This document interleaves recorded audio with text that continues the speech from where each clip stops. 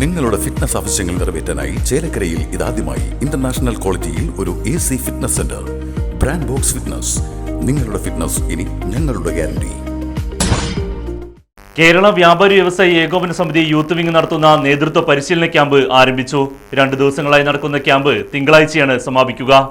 കേരള വ്യാപാരി വ്യവസായി ഏകോപന സമിതി യൂത്ത് വിംഗ് നടത്തുന്ന വൈബ് 24 ദ്വിദിന നേതൃത്വ പരിശീലന ക്യാമ്പ് സംഘടനയുടെ സംസ്ഥാന പ്രസിഡന്റ് രാജു അപ്സര ഉദ്ഘാടനം ചെയ്തു. വ്യാപാരി വ്യവസായി ഏകോപന സമിതി ജില്ലാ പ്രസിഡന്റ് KV അബ്ദുൽ ഹമീദ് മുഖ്യപ്രഭാഷണം നടത്തി. യൂത്ത് വിംഗ് ജില്ലാ പ്രസിഡന്റ് MK അബി അധ്യക്ഷത വഹിച്ച പരിപാടിയിൽ യുവാക്കളും വ്യക്തിവികാസവും എന്ന വിഷയത്തിൽ ജില്ലാ ജനറൽ സെക്രട്ടറി NR വിനോദ് കുമാറും യൂത്ത് വിംഗും സംഘടനയും എന്ന വിഷയത്തിൽ യൂത്ത് വിംഗ് സംസ്ഥാന പ്രസിഡന്റ് സലീം രാമനാട്ടുകാരിയും സംസാരിച്ചു. ഇവിടെ ഡെവലപ്പായി വന്നാൽ അപ്പോൾ വിദേശ കമ്പനി വന്ന് വാങ്ങും. ആ വിദേശ കമ്പനി പർച്ചേസ് ചെയ്തിട്ട് കൊന്നിടോടെ ആ കമ്പനിനെ. ഇന്ദുലേഖ സോപ്പ് ഇന്ന് നാട്ടിലുണ്ടോ?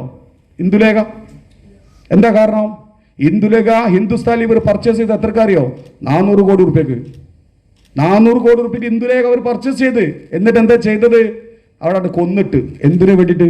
ഡോവ് സോപ്പിന് വേണ്ടിയിട്ട്. ഹിന്ദുസ്ഥാനിന്റെ പല സോപ്പും രാജ്യത്ത് നിന്ന് ഔട്ടാവുന്നുണ്ട് ബോധ്യപ്പെട്ട അടിസ്ഥാനത്തിൽ. ഇന്ത്യ രാജ്യം വലിയൊരു മാർക്കറ്റാണ്. എന്ത് സാധനവും ഇവിടെ ചെലവാകുന്ന മാർക്കറ്റാണ്. മനുഷ്യന്റെ ലോകത്തിലെ ഏറ്റവും വലിയ സമ്പത്ത് മനുഷ്യ സമ്പത്താണ്. അത് ഉപയോഗിക്കാൻ നമുക്ക് കഴിയുന്നില്ല. നമ്മളെ ഈ നാട്ടുകാരെ ഉപയോഗിക്കാൻ പെടുന്ന കോർപ്പറേറ്റ് ഉദ്യോഗസ്ഥ ലോകങ്ങൾ സമ്മതിക്കില്ല. നമ്മൾ മനസ്സിലാക്കണം. നമ്മളെ യുവത്വം മാറി ചിന്തിച്ചാലേ ഇതിന് മാറ്റം വരുത്താൻ കഴിയുള്ളൂ. ഉദ്യോഗസ്ഥ ലോബികളുടെ അഴിഞ്ഞാട്ടത്തിന് ഈ രാജ്യത്തിനെ വിട്ടുകൊടുത്താൽ രാജ്യത്തിൻ്റെ GDP തകർന്ന് തരിപ്പണമോ? ഒരു സംശയമില്ല കാര്യത്തിൽ. തകർന്ന് തരിപ്പണമോ? സോമാലിയായി മാറും രാജ്യം. അതുകൊണ്ടാണ് പറഞ്ഞത് നമ്മൾ ഉണരണം. ഇവിടെ ഞാൻ പറഞ്ഞില്ലേ, ഇവിടെ ഈ രാജ്യത്തിന് വേണ്ടി കേരള രക്ഷ, ഞാൻ കഴിഞ്ഞ പ്രാവശ്യം രാജ്യാപ്സര സാർ ഇവിടെ പറഞ്ഞേ, അമീർക്കും പറഞ്ഞേ, ഇത് വ്യാപാര സംരക്ഷണ ജാഥ അല്ല, ഇത് കേരള സംരക്ഷണ ജാഥ. ഇത് കാരണം എന്താ അറിയോ? രാജ്യത്ത് കർഷകരും ചെറുകിട വ്യാപാരികളും നിലനിന്നാലേ ഈ രാജ്യം മുന്നോട്ട് പോകുള്ളൂ.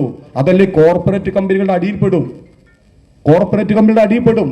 അത് മാറ്റം വരുത്തണമെങ്കിൽ നമ്മൾ ഉണരണം. ഒഴുക്കിലൂടെ പോകുന്നതല്ല, ഒഴുക്കിനെതിരെ നീന്താൻ നമുക്ക് കഴിയണം. നമ്മളതാ വേണ്ടത്. അതല്ലാതെ നമ്മൾ ഇങ്ങനെയൊക്കെ മതി എന്ന് വെച്ചാൽ അടുത്ത തലമുറയ്ക്ക് ഈ രാജ്യം ഉണ്ടാവില്ല. ഉദ്യോഗസ്ഥ ലോബികൾ നശിപ്പിക്കും. ഈ വെള്ള പതാക, ഞാൻ പറഞ്ഞില്ല, വെള്ള പതാക അതൊരു പാവനമായൊരു പതാക. ജാതിയില്ല, മതമില്ല, രാഷ്ട്രീയമില്ലാതെ പ്രവർത്തിക്കുന്ന, അല്ലേ, ഓത്തുപള്ളി പോകുന്നവരും ഓങ്കാരം ചൊല്ലുന്നവരും ഓശാന പാടുന്നവരും കൂടിച്ചേർന്ന സംഘടന. ഒരു രാഷ്ട്രീയ പാർട്ടിയുടെ പിന്നിലും പോയി ഈ കാലം വരെ ഈ സംഘടന നിന്നിട്ടില്ല. അങ്ങനെ നിന്നിരുന്നു എങ്കിൽ നമുക്ക് MP മാരുണ്ടാവും, MLA മാരുണ്ടാവും, നമുക്ക് എന്താ പറയുക, ബോർഡ് ചെയർമാന്മാരുണ്ടാവും, അല്ലേ? നമ്മൾ 5% പോലും വലുപ്പമില്ലാത്ത ഒരു സംഘടന ഒരു രാഷ്ട്രീയ പാർട്ടിനെ കൂടെ നിന്ന കാരണത്താൽ അവർക്ക് MLA കിട്ടിയിട്ടുണ്ട്. ഇന്ന് അവർക്ക് ജില്ലാ പ്രസിഡന്റ് ഇറക്കുക, അവരുടെ ബോർഡ് കമ്മിറ്റി ചെയർമാനാണ് ഇന്ന് നാട്ടിലുള്ളത്. നമ്മൾ അങ്ങനെയാണെങ്കിൽ നമുക്ക് എന്താ കേന്ദ്രമന്ത്രിമാർ വരെ ഉണ്ടാവും നമുക്ക്, അല്ലേ? നമ്മളുടെ വലുപ്പം എത്രയാണ്? 3500ഓളം യൂണിറ്റുകൾ, കെട്ടിടങ്ങൾ, ബിൽഡിങ്ങുകൾ, അല്ലെ, അനലിറ്റിക്കൽ ലാബുകൾ, അങ്ങനെ പലതും നിരവധി കുറേ പറയാണ്ടല്ലേ. 2 ദിവസങ്ങളായി നടക്കുന്ന നേതൃത്വ പരിശീലന ക്യാമ്പ് ഫെബ്രുവരി 19 തിങ്കളാഴ്ച അവസാനിക്കും. Right news, Cheruthuruthy.